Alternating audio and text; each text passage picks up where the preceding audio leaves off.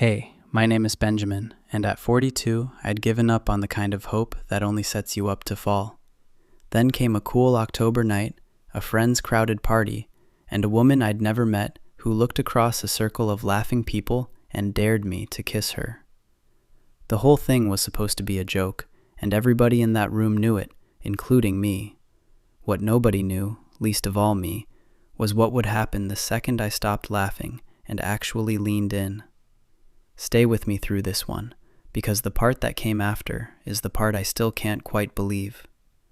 Let me paint the picture for you, because you have to understand the man I was before that night to understand why any of it mattered. I lived alone in a small house on a quiet street, the kind of place where the evenings are long and the silence has a weight to it that you stop noticing after a while. 3 years before this story starts, I lost my wife.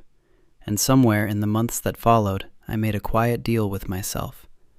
I decided that hope was a young man's habit, and that I'd outgrown it. I'm not telling you this so you'll feel sorry for me, because I don't feel sorry for myself, not really. My wife and I had been together for 15 years, and she was the kind of person who made a small life feel like enough, who could turn a Sunday morning and a pot of coffee into the best thing that happened to you all week. When she got sick, it was fast, the way it sometimes is, and by the time I understood how much was ending, it had already ended. The grief did what grief does. It took the shape of everything for a while, and then, slowly, it settled into the corners and learned to live alongside me. The life I built around it was a good enough life. I had my routines, my morning coffee at the same time, my walks along the river when the light was low, my books stacked on the same worn corner of the couch. There's a kind of comfort in a life that doesn't surprise you, and I had learned to love that comfort the way you love a coat that finally fits. But here's the part I didn't tell anyone. The quiet had stopped being just a comfort, and it had started being a wall.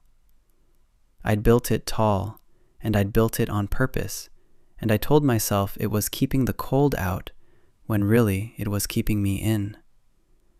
I told myself I was at peace, and most days I almost believed it, the way you almost believe anything you repeat to yourself often enough. The truth was simpler, and I knew it on the nights I couldn't sleep. I wasn't at peace. I was just done risking the part of me that knew how to hope. So when my old friend Roman called me that October and said I had to come to his party, I almost said no without even thinking about it. Roman had been calling me out of the house for a year, gentle about it, never pushing too hard, and I'd gotten good at the polite no. I'd say I was tired, or that I had an early morning, or that small talk wore me out, and he'd laugh and let it go. He never pushed, but he never stopped calling either, and I think he understood that the not stopping was the whole point. That night, though, I had my hand on the phone and my tea cooling on the counter, and something I couldn't name told me to stop. It wasn't courage, and it wasn't loneliness, not exactly. It was more like a quiet pull, the kind you feel in your chest before your head catches up, telling me that one more quiet night alone was one too many. I put down the tea. I reached for the coat I hadn't worn in weeks, and I told Roman I'd be there, without giving myself time to change my mind. I didn't know it then, but that small decision, the kind you think means nothing, was the one that let the rest of it happen. Roman's house was the kind of place that looked small from the outside and opened up into too many rooms once you got in. By the time I arrived, the party had already found its rhythm, and the whole house hummed with the sound of people who'd stopped noticing they were loud. String lights looped along the back porch and threw a warm, unsteady glow across the yard, and someone had a fire going in the pit out back, so the air smelled like wood smoke and the last warm evening of the year. I stood for a moment on the front step before I knocked, listening to the noise inside, and I almost turned around. That's the thing about the walls you build. They're loudest right at the door when you're about to walk through it into something you can't control. I told myself I'd stay an hour, that an hour was the polite thing, and that an hour I could survive. I did what I always do at parties like this. I found a spot near the bookshelf in the living room, held one drink I planned to nurse for an hour, and settled in to wait out the polite amount of time before I could leave. It's not that I didn't like people, it's that I liked them better from a slight distance, where I could watch without having to explain myself to anyone. Roman found me there almost right away, clapped me on the shoulder, and told me he was glad I came, with that look he gives me that says he's been worried without ever saying it out loud. I told him I was glad too, and I almost meant it. He pressed a drink into my hand and told me to stay put, that he'd send the interesting people my way, and I laughed and told him I'd settle for the quiet ones. He drifted back to his other guests, and I let the noise wash over me like weather.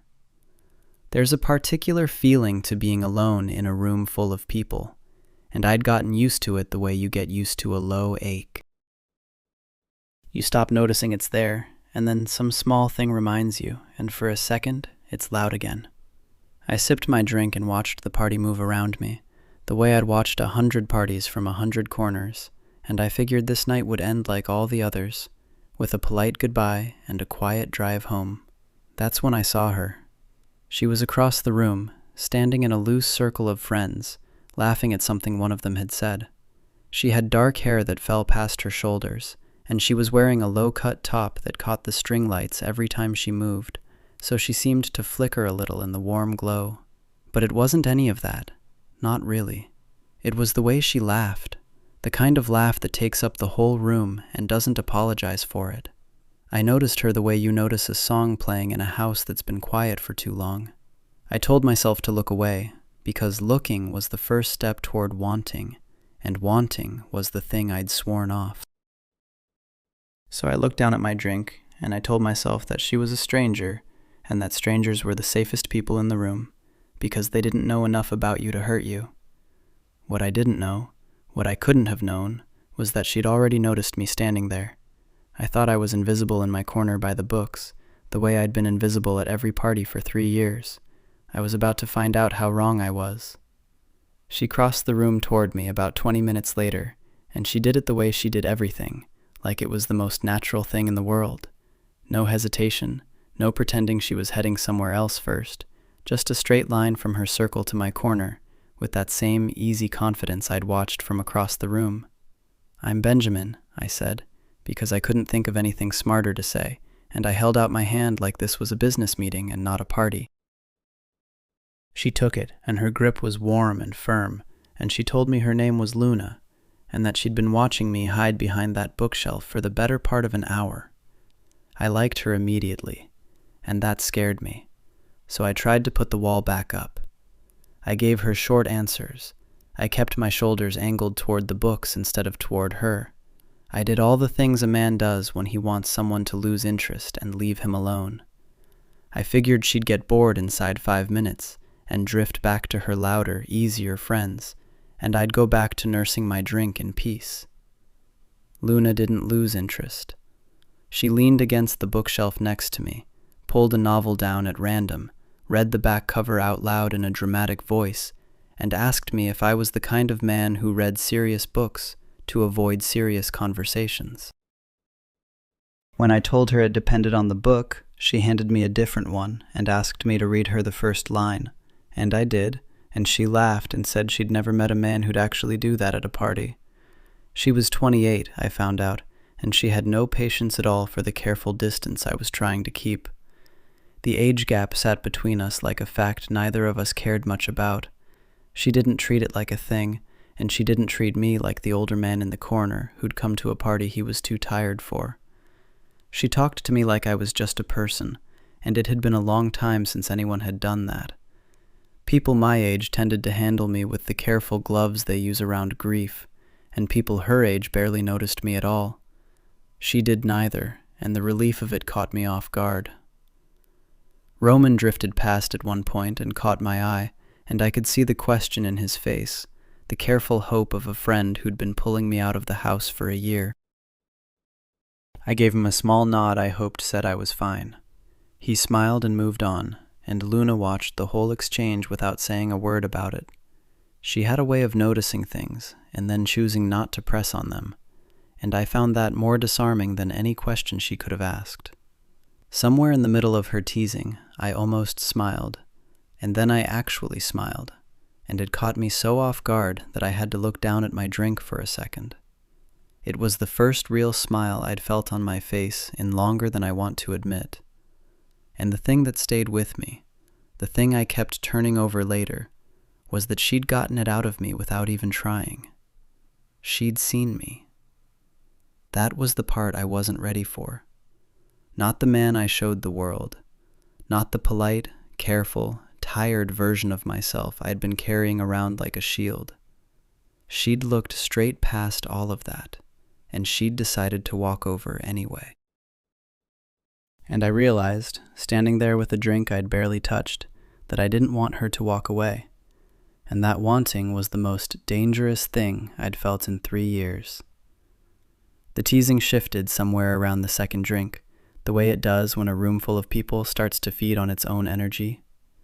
A few of her friends drifted over to the bookshelf, then a few of Roman's, and before I quite knew how it happened, there was a loose circle of us standing there, laughing louder than I'd laughed in years. Luna was at the center of it, the way she was at the center of everything, and she had this way of raising the stakes a little at a time until you didn't notice how far you'd gone. She'd tease me, I'd tease her back, the circle would egg us on, and the whole thing had this easy, reckless momentum that I should have been too old to get caught up in. One of her friends, a tall guy with a loud laugh, kept egging her on, and someone else started keeping score of who'd landed the better line, and the circle tightened around us like it wanted to see what would happen when the teasing ran out of room. I was having fun. That's the part that matters, and it's the part I kept forgetting to be afraid of. For the first time in 3 years, I wasn't thinking about the quiet house waiting for me at the end of the night, and I wasn't doing the math on how soon I could politely leave. I was just there, in the warm light, with these people I mostly didn't know, laughing at a woman who refused to let me disappear.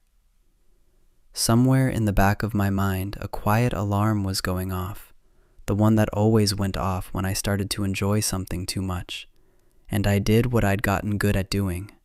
I ignored it. And then she said it.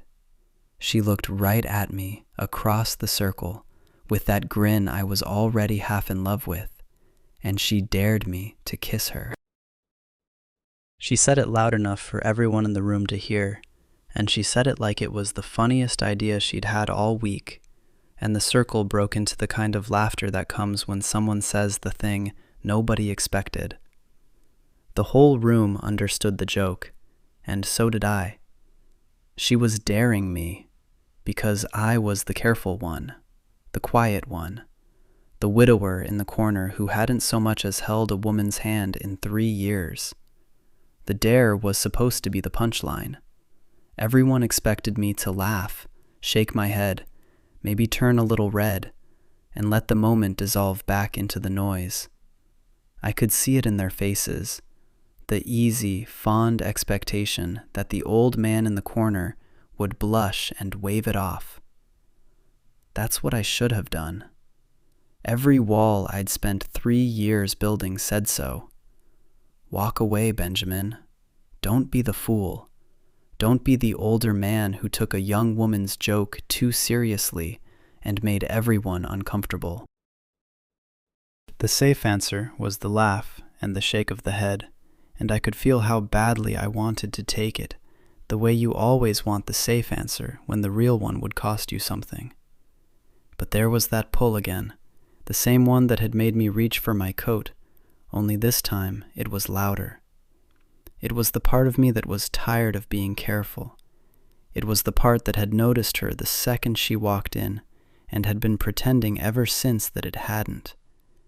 And it was the part that knew, even then, that if I laughed this off, I'd be choosing the quiet life for good, and the quiet life had already taken about as much from me as I was willing to let it take. The circle went quiet. The laughter thinned out, and then it stopped, because they could all see me deciding. The tall friend elbowed the person next to him and whispered something, but even that died down, and the room held its breath. The string lights caught the side of her face, and a second stretched out longer than any second has a right to, and the room waited to see which version of me was going to win. I leaned in. I did it expecting the joke to land, expecting her to pull back at the last second with that grin, expecting the room to break open into the kind of laughter you share about a dare that got carried away and then got funny again. I had the punchline already in my head, the shrug and the laugh that would let everyone off the hook, including me. My heart was hammering, and I told myself it was only because the room was watching, and not because of the woman in front of me. That isn't what happened. The room goes quiet, the kind of quiet that has a sound of its own. Her hand comes up to the side of my face, and she doesn't pull back. She meets me. She kisses me back, and she does it without flinching, without turning it into a joke, without leaving me out there alone. She kisses me like she'd been waiting for me to be brave enough to close the distance, and now that I had, she wasn't going to let the moment go to waste. It isn't long, but it's real, and it's unhurried in a way that a joke never is. The warmth of it moves through me before my head can catch up to what my body already knows. Somewhere far away, the room is still there, but it has fallen away to the edges of everything. There's only the stillness of her, and the soft weight of her hand on my jaw, and the faint smell of wood smoke in her hair, and the sound of my own heartbeat in my ears. I pull back, and I open my eyes, and I see her face. She isn't laughing. She's looking at me the way you look at something that just became serious without your permission, and I know, in the space of that one look, that she felt it too. Whatever the dare was supposed to be, it isn't that anymore, and we both know it, and neither of us can hide behind the joke now. The room comes back in pieces. Someone's drink has stopped halfway to their mouth. Someone lets out a low, surprised laugh that dies almost before it starts, because everyone can feel that the tone has shifted and the laugh doesn't fit anymore. The tall friend from the circle is staring at us with his mouth half open, and the woman beside him has gone very still, and nobody moves for a long second, because nobody wants to be the first one to break whatever this has become. I can feel the heat climbing up the back of my neck, and I can feel the strange, terrifying fact that I don't want to take it back. I had kissed a stranger at a party because she dared me to, and she had kissed me back like she meant it, and the ground under me had moved. The party rushed back in around us, louder than it had been before, everyone talking at once about what they'd just seen. Someone let out a whoop, someone else started clapping, and the circle broke into the kind of chaotic noise a room makes when it doesn't know yet whether it just witnessed a joke or something else. I could sense the eyes on me, the warmth of them and the weight of them, and the side of me that had spent 3 years wanting to be invisible wanted the floor to open up. My first instinct was the old one, the one I'd been practicing for 3 years. Run the math, find the exit, make a joke of it, grab my coat, and undo the last 2 minutes before they could cost me anything. The armor tried to slide back into place, and my hand was already half reaching for the back of a chair like it was a door handle. I started to say something about the dare, something light, something that would let everyone laugh and let me slip back into being the careful man in the corner. I had the words lined up, the easy out, the self-deprecating line that would turn the moment back into a story they'd tell later and laugh about. It was a good line, too, the kind that would have let everyone off the hook, me most of all. Luna didn't let me. She stayed right where she was, close enough that I couldn't pretend the moment had ended, and she held my gaze with a steadiness that refused to let me turn it into a punchline. She didn't say anything grand. She just didn't step back, and she didn't laugh. And in a room full of people looking for the joke, she quietly refused to give them one. And that refusal, that simple stubbornness, did more to undo me than the kiss had. Roman caught my eye from across the room, and I saw his face do something complicated. There was surprise there, and then a slow, knowing look, and then a small nod that said more than any words would have. He'd been trying to get me out of the house for a year, and I had a feeling he understood exactly what he was watching, maybe before I did. The friends kept teasing, but the teasing couldn't quite land because every one of them had felt the shift, and you can't tease a thing that's already become real. The jokes kept coming and falling a little short, and I stood there in the middle of it with my heart doing something it had forgotten how to do. Someone made a crack about me being a dark horse, and the room laughed, but the laugh was softer now, almost respectful, like they'd all agreed without saying so that something had changed. I wanted to run, and I wanted to stay, and the wanting to stay was the part that scared me most. 3 years of quiet had made me good at leaving things before they could leave me, and here was a moment asking me not to, and I could feel the two halves of me pulling in opposite directions. One half was already calculating the drive home, and the closed door, and the safe, familiar dark. The other half was standing in the warm light, looking at a woman who'd just chosen me out of a room full of easier options. She must have seen it on my face, because she tilted her head toward the back door, just slightly, and said she needed some air, and that I should come with her. It wasn't really a question. We slipped out the back door while the room was still busy deciding what to make of us, and the October night closed around us like a cool hand. The porch was quiet, and the string lights behind us turned into a soft glow at the edges of everything, and the only sound was the low hum of the party through the glass, and the fire popping in the pit at the far end of the yard. Luna sat down on the top step of the porch, and after a second I sat down next to her, and for a little while neither one of us said a word. The quiet out there was a different kind of quiet than the one I'd built at home, and it took me a moment to understand why.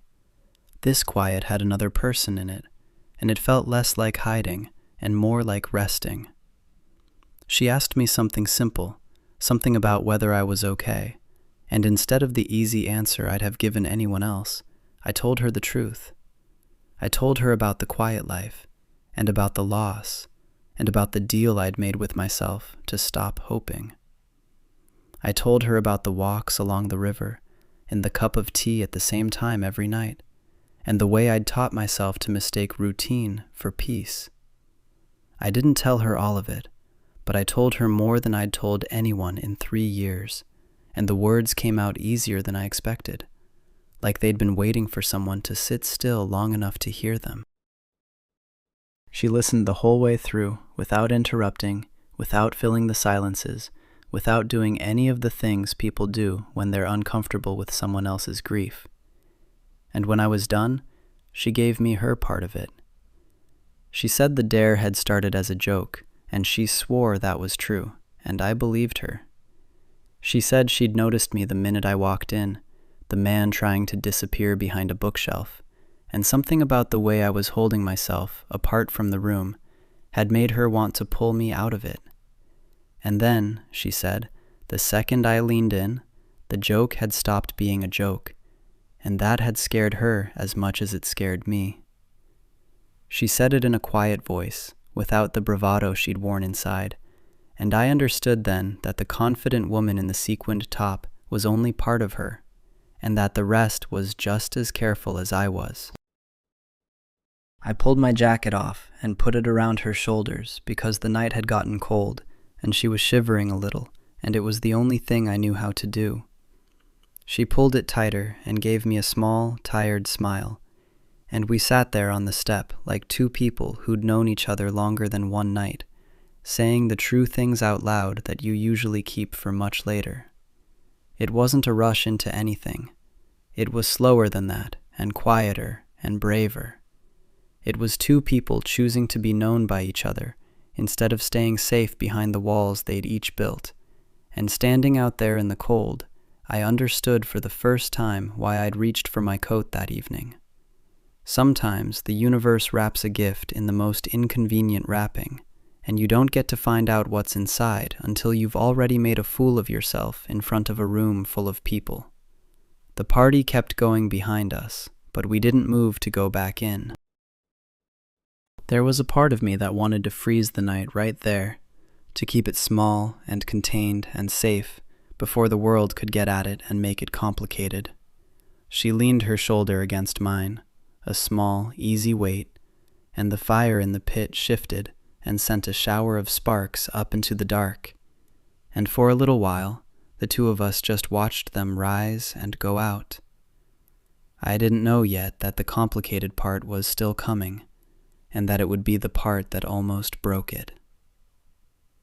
The party wound down the way parties do, and at some point we had to go back inside, and at some point after that we had to say goodnight. We parted with a promise that wasn't quite a promise, the kind of careful, almost commitment two people make when they're not ready to trust the thing that just happened to them. I drove home to my quiet house, and I let myself in, and I set my keys on the same dish by the door, and I stood for a long moment in the dark kitchen, listening to the silence.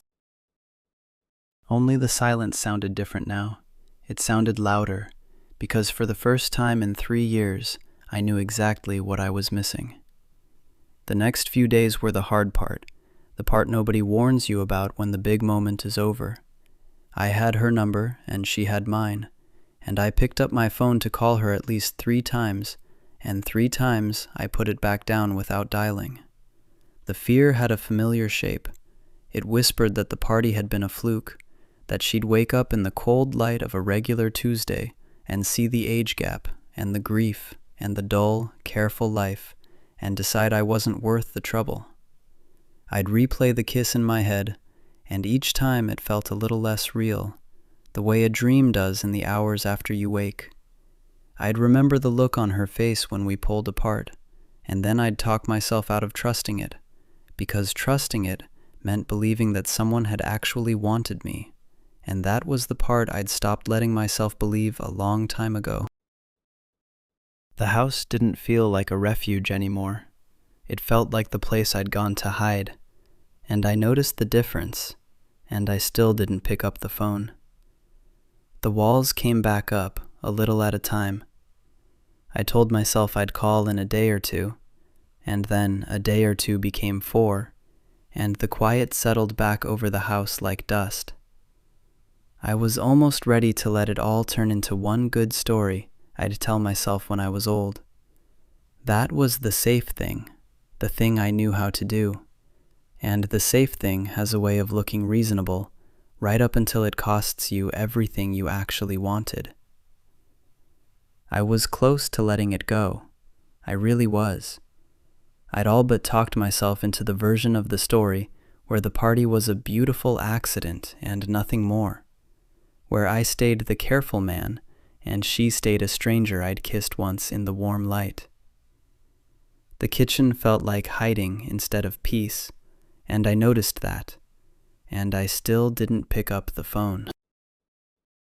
And then she broke the silence the way she did everything, without waiting for me to be ready. There was a knock on my door on a Thursday afternoon, and I almost didn't answer it because I wasn't expecting anyone, and I'd gotten used to the house being just mine. I stood in the hallway with my hand on the doorknob, and I thought about how easy it would be to stay quiet, to let her think I wasn't home, to keep the walls intact for one more day. The kettle was on, and the cup was already out, and the whole small ritual of my afternoon was waiting to fold me back into the safe, familiar quiet. But here is the part I kept coming back to.